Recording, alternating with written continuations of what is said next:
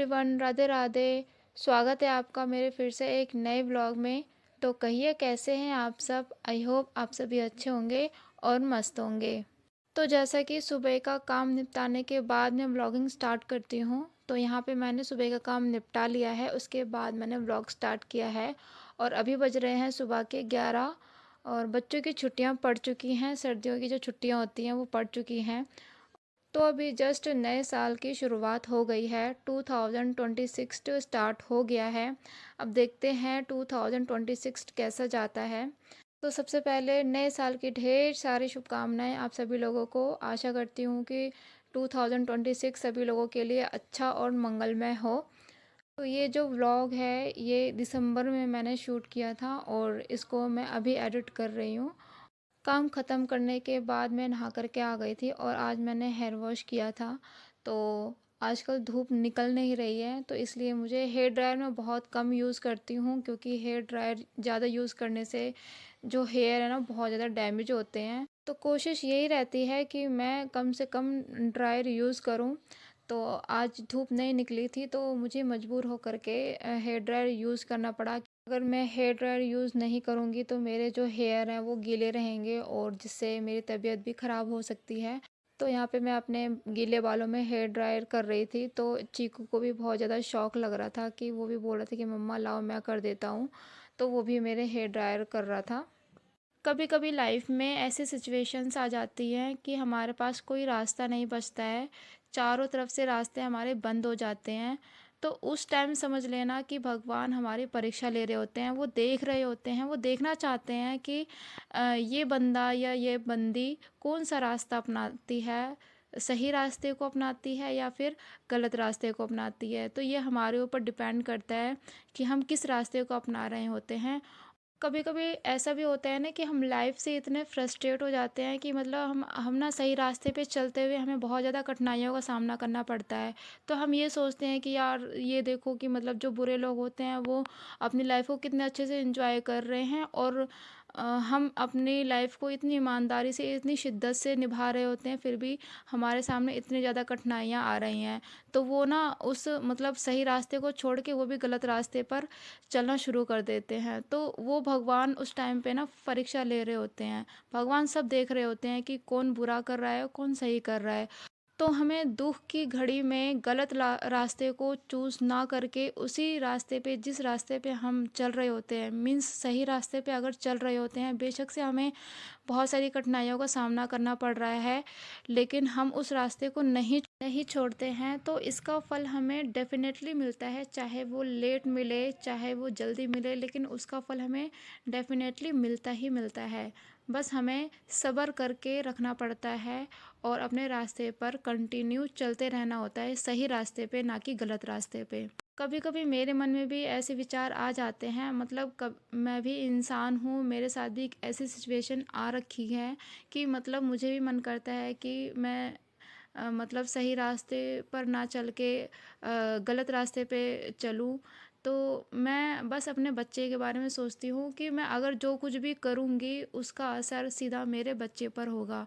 वो मुझे देख करके बड़ा हो रहा है। अगर मैं कुछ गलत करूँगी तो वो मुझे देख रहा होता है कि हाँ मम्मी कैसा कर रही हैं। तो बच्चे बच्चे पर ना एक बहुत ज़्यादा असर पड़ता है। तो एक बच्चे के मन पर पॉजिटिव असर डालना है या नेगेटिव असर डालना है, ये एक माँ के ऊपर डिपेंड करता है। और हाँ, कभी कभी सिचुएशन ऐसे भी आ जाती है कि मतलब गुस्से में इंसान ना गलत डिसीज़न ले लेता है। तो गुस्से में लिया गया डिसीज़न कभी भी सही नहीं होता, वो हमेशा गलत ही होता है। तो गुस्से में कभी भी पहले तो कोई डिसीज़न लेना नहीं चाहिए, और अगर वो डिसीज़न ले लिया है तो पहले उसको ठंडे जब मन आपका शांत हो जाए तो उसके बाद आप उस डिसीज़न के बारे में सोचो कि वो डिसीज़न लेने से आपके बच्चे के ऊपर क्या असर पड़ेगा। सबसे पहले आप बच्चे के बारे में सोचो कि आपके इस डिसीज़न से बच्चे पर क्या असर पड़ेगा, उसके बाद ही वो डिसीज़न लेना। अदरवाइज़ गुस्से में तो वैसे कोई डिसीज़न लेना ही नहीं चाहिए। कभी कभी मेरे साथ भी ऐसा होता है कि गुस्से में मतलब हुआ है कई बार कि मतलब गुस्से में मैं डिसीज़न ऐसा ले लेती हूँ, लेकिन फिर जब मेरा मन शांत हो जाता है फिर मैं अपने बच्चे के बारे में सोचती हूँ कि जो डिसीज़न मैंने लिया है क्या वो मेरे बच्चे के लिए सही है या नहीं। फिर जब मैं सोचती हूँ कि नहीं ये बच्चे के लिए डिसीज़न सही नहीं है, तो फिर मैं वो उस डिसीज़न को वहीं छोड़ देती हूँ, मैं वो डिसीज़न नहीं लेती हूँ। और दूसरी चीज़ कि हाउसवाइफ़ को गुस्सा आता क्यों है? वो किस लिए इतना चिड़चिड़ी हो जाती हैं, क्यों गुस्सा करती हैं, क्यों अपने बच्चे के ऊपर कभी-कभी बेमतलब में चिल्ला चिल्ला देती हैं या फिर गुस्सा करने लग जाती हैं। उसके पीछे भी कई कारण होते हैं। मतलब 24 घंटे अगर आप दूसरों की केयर कर रहे हो, बच्चे को सँभाल रहे हो, सबका ध्यान रख रहे हो, उसके बावजूद अगर वो मतलब किसी चीज़ को लेकर के चिड़चिड़ी हो जाती है, तो उसका ध्यान रखने की ज़िम्मेदारी किसकी होती है? उसका ध्यान रखने की ज़िम्मेदारी होती है उसके परिवार वालों की और उसके पति की। अगर वो अपने परिवार वालों के लिए, अपने बच्चे के लिए इतना एफ़र्ट कर रही है, तो परिवार वालों की और पति की ज़िम्मेदारी भी बनती है, अपनी बीवी के लिए या फिर अपने बहू के लिए कुछ करने के लिए कि मतलब ये हमारे घर के लिए इतना कर रही है, तो हम भी इसके लिए कुछ करें। तभी ना वो खुश होकर के सबकी ज़िम्मेदारियाँ अच्छे से निभाएगी। कुछ हाउसवाइफ होती हैं जो खुशी-खुशी अपनी ज़िम्मेदारियों को निभाती हैं। वो अपने काम को काम नहीं समझती हैं, मतलब उनका मतलब ड्यूटी नहीं समझती हैं। वो बहुत खुशी से काम सारे काम करते हैं, ज़िम्मेदारियाँ निभाती हैं, क्योंकि उनका सपोर्ट उनको समझने के लिए परिवार वाले होते हैं। लेकिन कुछ के घरों में ऐसा होता है कि हाउसवाइफ की ना ड्यूटी लगा लगा दी जाती है कि तुझे ये काम करना ही करना है, चाहे तू बीमार पड़े, चाहे तुझे पीरियड्स हो, चाहे तुझे पेट में दर्द हो, चाहे कुछ भी हो, लेकिन तुझे यह काम करना ही करना है। तो उसके दिमाग में है ना ये प्रेशर सा आ जाता है, और जब प्रेशर आएगा किसी भी काम को करने के लिए, तो वो चिड़चिड़ी सी हो जाएगी, और वो चिड़चिड़ापन वो सिर्फ अपने बच्चे के ऊपर उतार देती है। ऐसा बहुत महिलाओं के साथ ऐसा होता है कि वो अपना गुस्सा अपने बच्चे के ऊपर उतार देती है। तो अगर आप अपने घर की बहू को या अपनी पत्नी को खुश नहीं रख रहे हो ना, तो आपके बच्चे का भविष्य भी अंधकार में जाएगा ही जाएगा।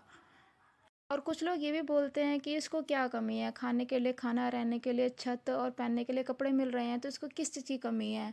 तो क्या रहना, खाना पीना यही सब कुछ होता है एक ज़िंदगी जीने के लिए? ये तो मतलब एक जेल में बैठा हुआ कैदी भी कर रहा होता है, उसको सब कुछ मिल रहा होता है, रहने के लिए छत मिलती है, पहनने के लिए कपड़े और खाने के लिए खाना मिल रहा होता है, तो इसका मतलब हम जेल में हुए?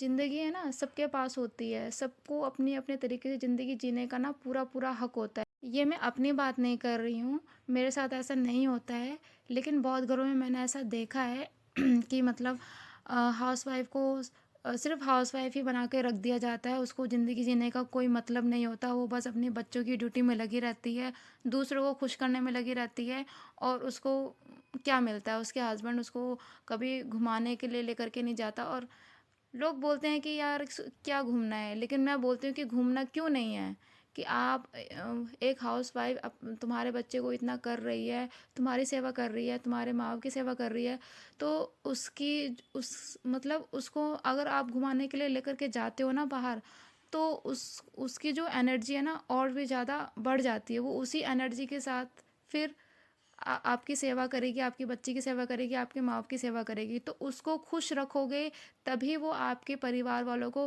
खुश रख पाएगी, अदरवाइज़ वो जब वो फ्रस्ट्रेट रहेगी, उसको काम का प्रेशर दोगे, तो वो किसी को खुश नहीं, जब वो खुशी नहीं है, खुद नहीं खुश है, तो वो आपके परिवार वालों को कैसे खुश रख सकती है? सोचने वाली बात है ना। हाँ, कुछ लड़कियां होती हैं जो शादी करके आती ही हैं और 1 साल के अंदर ही अपने सासुर को या फिर अपने पति को या फिर ससुराल में किसी को भी जवाब देना शुरू कर देती हैं। तो मैं ऐसी लड़कियों को संस्कारी नहीं बोलूँगी, क्योंकि उसने कुछ झेला नहीं है, उसने कुछ सुना नहीं है, उसने कुछ सहा नहीं है, और वो आते ही वो जुबान चलाना उसने शुरू कर दिया है। अगर अगर कोई बहू 4 साल 5 साल सहन करके उसके बाद मुंह खुल गया उसका, तो उसको हम नहीं बोलेंगे कुछ, क्योंकि उसने सहा, उसने देखा है कि भाई इतना मैं कर रही हूँ और मेरी कोई वैल्यू नहीं है, इसकी वजह से इसका इतना मुंह खुल गया है, उसने बहुत कुछ बर्दाश्त किया है। ठीक है। और होती है ना कुछ कुछ लड़कियां कि शादी करके आती है और तुरंत उनका मुंह खुल जाता है, तो ऐसी लड़कियों को संस्कारी थोड़ा ना बोलेंगे, क्योंकि उन्होंने कुछ सहा ही नहीं है, तुमने कुछ सहा नहीं और तुम अपना जुबान चला रही हो, तो घर में कलेश तो होगा ही होगा। तो एक सुखी परिवार वो होता है जहाँ एक बहू अगर परिवार वालों के लिए कर रही है ना, तो परिवार वालों का भी और पति का भी फर्ज बनता है कि वो अपनी बीवी या फिर अपने बहू के लिए एफर्ट करे, उसको खुश करे, उसको खुश करके रखे, तभी ना वो आपके परिवार को खुश करके रखेगी। तो गाइज़ ये थी मेरे मन की बात, जो मुझे सही लगा वो मैंने बोला। तो मेरा रात का खाना बन चुका है और रात के खाने मैंने दाल बनाई है, आपने देखा ही है, दाल सब्जी चावल रोटी मैंने सब बनाया है।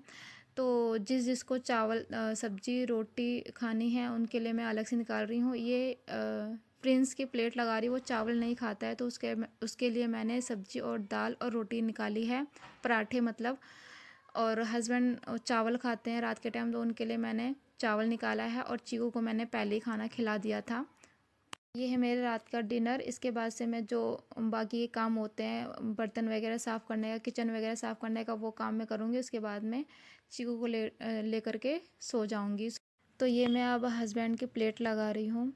तो गाइज़ अगर मेरी वीडियो आपको ज़रा सी भी पसंद आई हो तो प्लीज़ मेरे इस वीडियो को लाइक शेयर कमेंट और मेरे इस चैनल को सब्सक्राइब भी ज़रूर करिएगा।